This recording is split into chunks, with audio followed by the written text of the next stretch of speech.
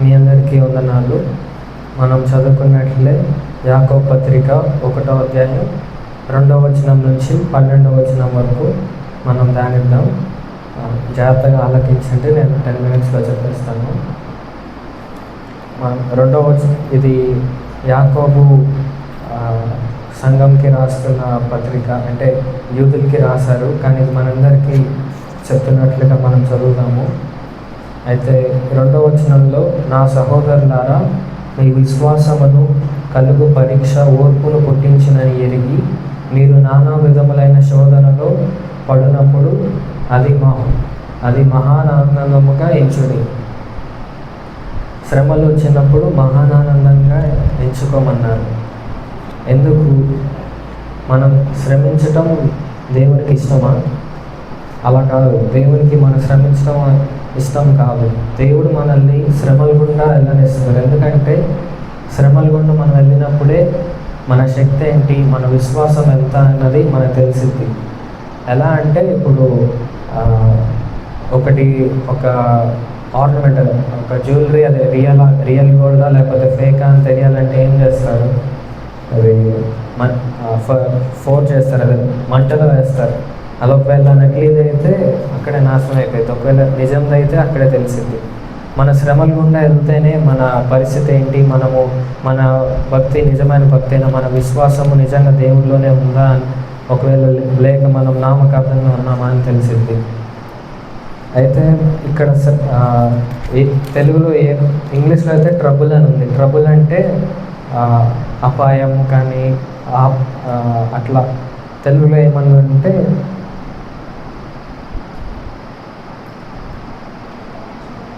మీ నానా విధములైన శోధన అని ఉంది. మీరు తెలుగులో శోధన అని ఉంది, కానీ యాక్చువల్లీ అక్కడ శోధన శ్రమ అని వస్తుంది. శ్రమకి శోధనకి చాలా తేడా ఉందండి. ఏంటి తేడా అంటే, శోధన అనేది మనకున్న ఆశ బట్టి వచ్చింది. అంటే మన అత్యాశ అంటారు కదా, అత్యాశ, దురాశ, అలా మనము ఎక్కువ ఇంకా కావాలి అన్న అత్యాశతో మనకి నాకు ఇది నచ్చింది, ఇది ఆకర్షణీయంగా ఉంది, ఇది కావాలి అని మనము అనుకుంటాం కదా, ఆ ఆశ, అది శోధన అంటే. ఇక్కడ యాకోబు గారు చెప్తున్నది శ్రమ గురించి. అంటే ఇబ్బందుల గురించి ఇబ్బందులు కూడా మనం వెళ్ళినప్పుడు దేవుడు మనల్ని అనుమతిస్తారు. ఎందుకంటే మనం దాని నుంచి ఎంతో నేర్చుకోవచ్చు. మన విశ్వాసము ఏ లెవెల్లో ఉంది, అది మనకి టెస్ట్ లాగా, మనం దాని నుంచి ఇంకా నేర్చుకోవచ్చు. అయితే ఇక్కడ ఎలా చెప్పారంటే, దాని యందు ఆనందించుడి అని ఉంది. ఆనందించడమంటే మనకి అప్పుడు కలుగుతున్న నొప్పి ద్వారా, ఆ బాధ ద్వారా దానిలో కూడా ఆనందించడం అని కాదు. ఏంటంటే అది అయిపోయినాక మనము ఒక కొత్త లెసన్ నేర్చుకున్నట్లు, మనము ఇంకో విధంగా ఎట్లాగా ఎదగాలి అని నేర్చుకుంటాం కదా, దాని గుండా మనం ఏదో ఒకటి నేర్చుకుంటాం. మనం దేవుడి మీద విశ్వాసం ఉంచి ఆ శ్రమల గుండా ఫుల్గా వెళ్తే దేవుడు మనకి ఏదో ఒకటి నేర్పిస్తారు, మనం నేర్చుకుంటాం కదా. మళ్ళీ ఇంకోటి, ఈ యాకోబు గ్రంథంలో 2వ అధ్యాయంలో యాకోబు ఇలా రాస్తారు, దేవుడు ఎప్పుడు కూడా మన పొటెన్షియల్, మన శక్తి మించి శ్రమల్లోకి వెళ్ళనియదు. మన శక్తి మించిన పనులు ఎప్పుడు మనకి దేవుడు ఇయ్యాడు. మనం చేయగలిగినంత శ్రమే, మనకు చేయగలిగినంత ఇబ్బందులు గుండే మనం వెళ్తాము. ఎప్పుడు కూడా దాన్ని దాటనివ్వడు యేసయ్య. సో నేను యేసయ్య నన్ను ఎప్పుడు దాన్ని దాటనివ్వడు. నేను ఇది చేయగలను, ఇది చేసి నేను నేర్చుకుంటాను, ఇంకా బాగా దేవుడిలో ఎదుగుతాను, ఇంకా బాగా యేసయ్యలా మారుతాను అన్న ఆ విషయంలో ఆనందించాలి. ఎప్పుడైనా శ్రమలు వచ్చినప్పుడు ఆ విషయం ముందు ఆనందించాలి. నెక్స్ట్ వచనంలో చదువుదాము. 3వ వచనంలో, for you know that when your faith is tested your endurance has a chance to grow. మీ విశ్వాసము ఎదుటకు, మీ ఓర్పు ఎదుటకు ఛాన్స్ ఉంది అంటారు. ఓర్పు అని ఉంది తెలుగులో. ఏ ఓర్పు? ఇది ఇందాక నేను చెప్పిన విషయం అంతా కూడా నాకు చెప్పటం ఈజీయే, కానీ అది నేను ఆ పరిస్థితిలో ఉన్నప్పుడు చాలా కష్టంగా ఉండిద్ది. అది మనం ఇంకొకరు చెప్పలేనంత కష్టంగా ఉంటుంది. కానీ మనము దేవుని మీద విశ్వాసంతో ముందుకెళ్ళాలి. ఆ 3వ వచనంలో ఉన్నట్లు ఈ పరిస్థితిలో కూడా మనము ఓర్పుని పెంచుకోవడానికి ట్రై చేయాలి. టీచర్ టీచర్ స్టూడెంట్కి ఎగ్జామ్ పెట్టినప్పుడు ఎందుకు పెడతారు? మెయిన్ ఒక రీజన్ ఏంటంటే ఎగ్జామ్ పెట్టినాక ఎగ్జామ్ స్టూడెంట్ రాసినాక స్టూడెంట్కి తెలిసిద్ది ఎట్లా రాశాడని. నేను కంప్లీట్ చేయగలిగానా, అన్నీ చెప్పగలిగానా, లేకపోతే ఏం చేయలేదు, నాకేం రాలేదు. స్టూడెంట్ ఒకవేళ బాగా చదువుకొని వెళ్ళినా కానీ కొన్నిసార్లు చేయలేకపోతాడు. ఎందుకంటే చదివినప్పుడు ఒకలా ఉంటుంది, కానీ దాన్ని పాటించి చేసేటప్పుడు అది ఇంప్లిమెంట్ మనం యాక్షన్లో పెట్టినప్పుడు అది ఇంకోలా ఉంటుంది. అది శ్రమల గుండా మనం వెళ్ళినప్పుడే, ప్రాక్టికల్గా ఎక్స్పీరియన్స్ చేసినప్పుడే మనకు తెలుస్తుంది ఎలా అని. అందుకని మనం ఖచ్చితంగా శ్రమల గుండా వెళ్తాము. యేసయ్య యోహాను సువార్త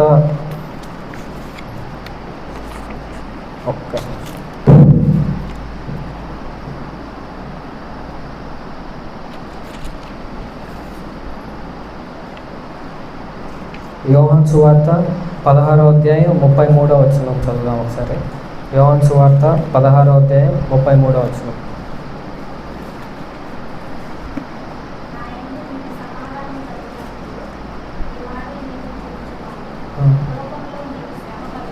లోకంలో మీకు శ్రమ కలుగును, అయినను ధైర్యం తెచ్చుకొనుడి, నేను లోకంను జయించి ఉన్నాను.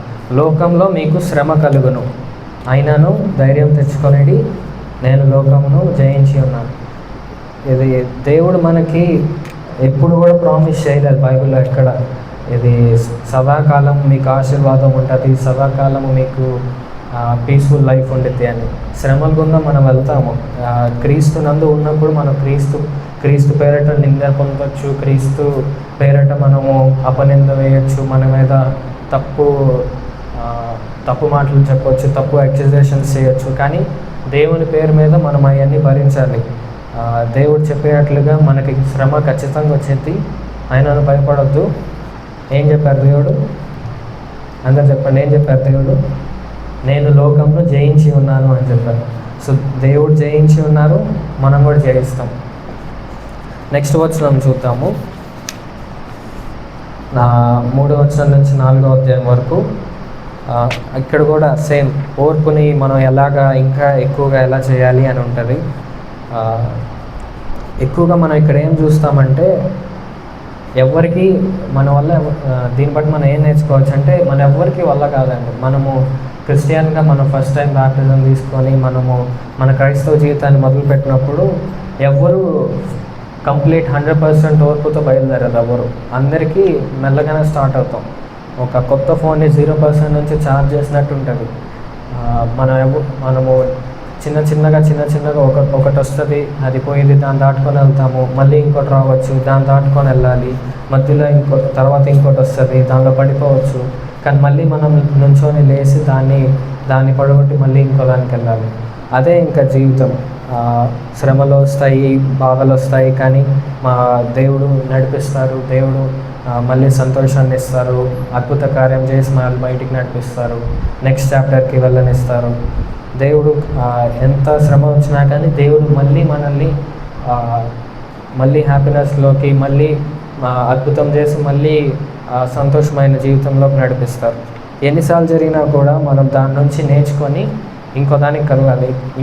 ఎప్పుడు కూడా ఇంకా చాలు అని చెప్పి అక్కడితో ఆగిపోకూడదు. ఎప్పుడు కూడా క్విట్ చేయకూడదు. అంటే ఇంకా చాలు అని బయటికి రాకూడదు. మళ్ళీ లేచి మళ్ళీ యేసయ్య కోసం నెక్స్ట్ దానికి వెళ్ళాలి, నెక్స్ట్ ఫేజ్కి వెళ్ళాలి. 5వ వచనం చూద్దాము.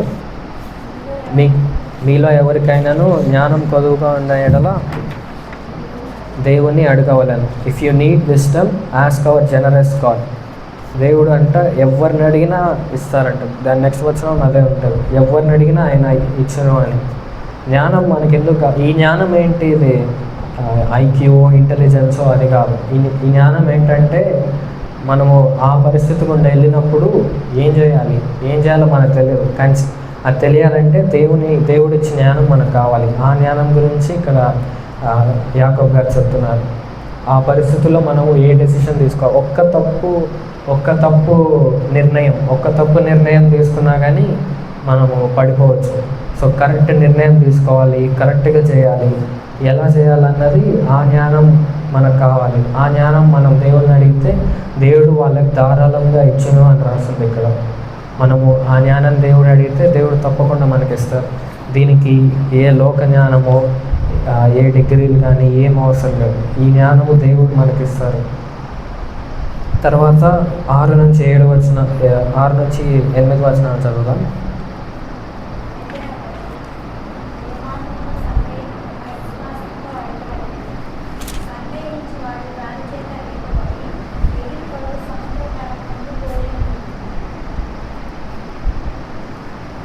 ఇక్కడ అవిశ్వాసం గురించి యాకోబు గారు చెప్తున్నారు. అవిశ్వాసము ఎంత డేంజర్ అయిందంటే, నేను దీన్ని ఇయర్ స్టార్టింగ్లో చదివాను. జనవరి ఆ మంత్లో నేను రెగ్యులర్గా రోజు చదువుతున్నప్పుడు చదివాను. అయితే దీని గురించి జాక్పునన్ అనే పాస్టర్ గారు ఒక బుక్ రాశారు. దానిలో చదువుతున్నప్పుడు నాకు చంప మీద కొట్టినట్లు ఉంది నేను చదివినప్పుడు. ఏమన్నారంటే, మనము దేవుని క్షమాపణ అడుగుతాం కదా, మనం తప్పు చేసినాక పాపం చేసినాక దేవుని క్షమాపణ అడుగుతాం.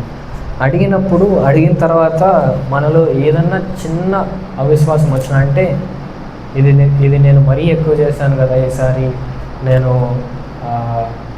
దేవుడు దీన్ని క్షమిస్తారా, జస్ట్ నిన్నే అడిగాను కదా దీని గురించి క్షమాపణ, మళ్ళీ పాపం చేసి మళ్ళీ అడుగుతున్నాను, దేవుడు క్షమిస్తాడా? ఆ ఒక్క చిన్న అనుమానం చాలు, అది దేవుణ్ణి ధిక్కరించినట్లు, అది దేవుని యొక్క శక్తిని అవమానించినట్లు. పాపంని దేవుడు ఒక్కడే క్షమించగలరండి. మనం ఏం చేసినా కానీ, ఎటువంటి రిచువల్స్ ఏం చేసినా కానీ ఏ శక్తి కూడా పాపాలను క్షమించలేదు. ఓన్లీ యేసే రక్తం ఒక్కటే పాపాలను క్షమించగలదు. అలాంటి పవర్ని మనం ఎప్పుడు కూడా అవిశ్వాసం చేత అవమానించకూడదు. మనం కంప్లీట్ ఎప్పుడు అడిగినా కానీ పూర్ణ విశ్వాసంతో అడగాలి. నేను అడిగాను, అయిపోయింది, దేవుడు నన్ను క్షమించారు, అంతే. ఎటువంటి చిన్న ఎటువంటి చిన్న సందేహం ఉన్నా కూడా అది దేవుణ్ణి అవమానించినట్లు. అస్సలు సందేహించకుండా కంప్లీట్గా అడగాలి. నేను అడిగాను, నా దేవుడు నాకు ఇచ్చేశారు అన్నట్లు ఉండాలి. రెండు మనస్తత్వం కలిగిన ఆ మనస్తత్వం ఉండకూడదు. డబుల్ మైండ్నెస్ ఉండకూడదు. దేవుని చిత్తం జరగాలి, నా చిత్తం కూడా జరగాలి అన్న రీతిగా ఉండకూడదు. ఎప్పుడు అది చాలా తప్పు. ఎప్పుడు అలా మనం ఉండకూడదు. అట్లా ఉంటే రెవల్యూషన్లో దేవుడు చెప్తారు కదా, అట్లా అంటే నా నోటి నుంచి ఊసివేస్తా అన్నారు దేవుడు. అట్లా ఉండకూడదు ఎప్పుడు.